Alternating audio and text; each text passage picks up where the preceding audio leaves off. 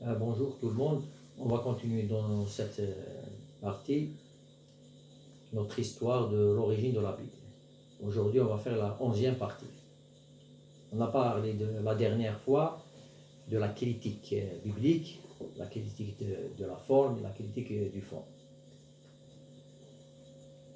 Aujourd'hui, on va continuer notre sujet et parler de la critique à partir de la forme.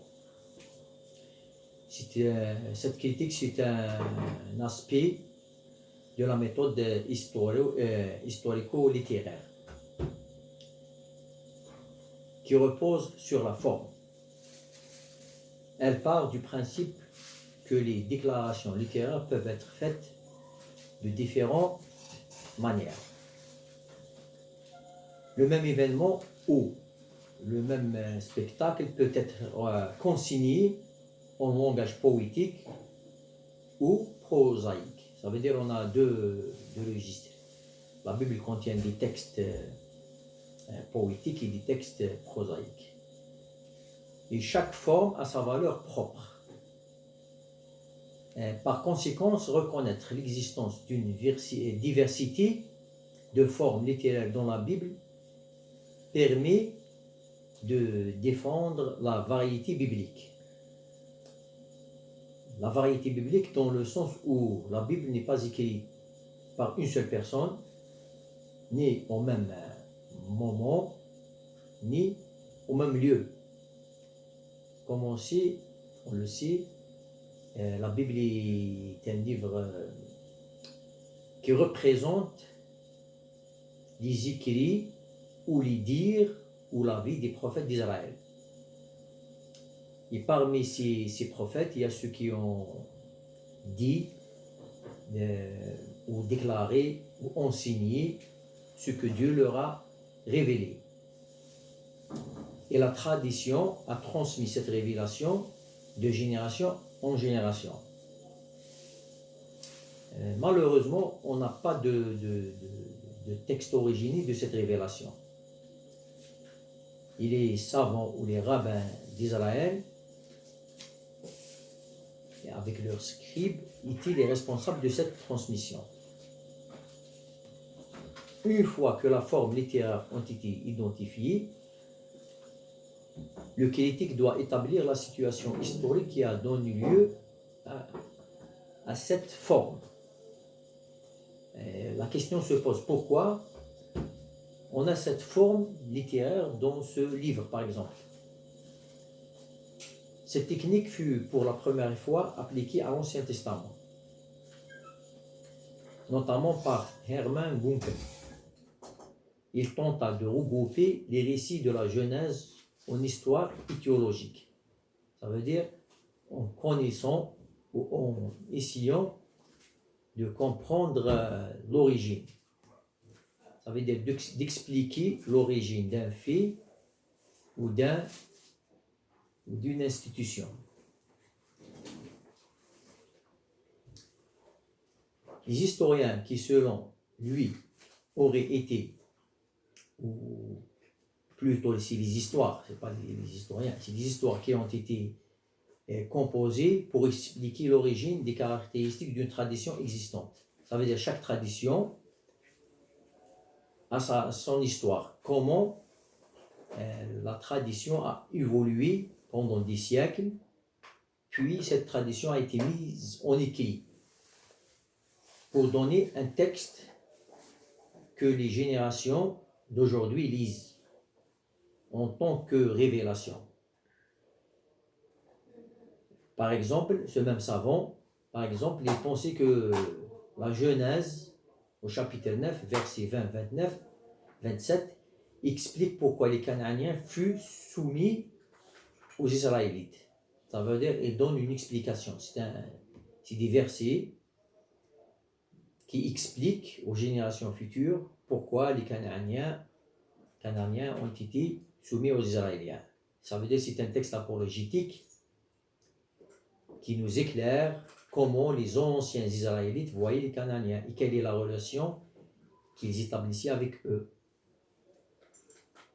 Toujours selon lui, d'autres passages auraient été inclus dans la Genèse pour justifier les noms, n'importe quel nom, mais des noms qui ont un sens, soit historique ou religieux, des noms sacrés. Comme dans la Genèse, chapitre 25, verset 6, qui explique l'origine de Jacob. Pourquoi Jacob on lui a changé le nom, puis on l'a nommé Israël.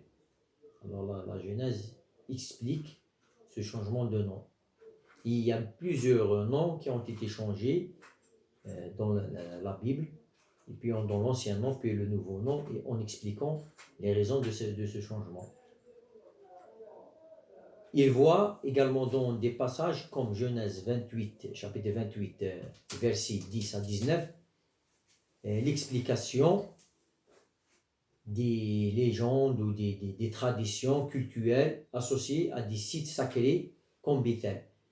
Le peuple d'Israël avait ces traditions, et ces traditions-là, si elles n'ont pas une origine divine, ça veut dire issue d'une révélation bien établie, ces traditions sont issues automatiquement d'un mythe ou d'une légende que les Israélites ont adopté, soit eux-mêmes créés ou adopté des autres nations païennes qui les entouraient.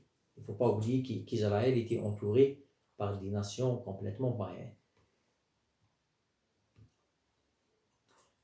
Maintenant, dans l'exégèse du Nouveau Testament, les mêmes principes ont été appliqués pour étudier l'apparition des évangiles dans l'Église primitive. Les différents récits des évangiles sont également des histoires isolées. Ça veut dire on a des groupes d'histoires. Si on voit par exemple l'évangile de Matthieu, on a l'histoire de la nativité, puis il y a les paraboles, puis il y a les miracles. À la fin, on a la passion. Et à la fin de la passion, on a l'histoire de la résurrection qui est complètement absente dans l'évangile de Marc.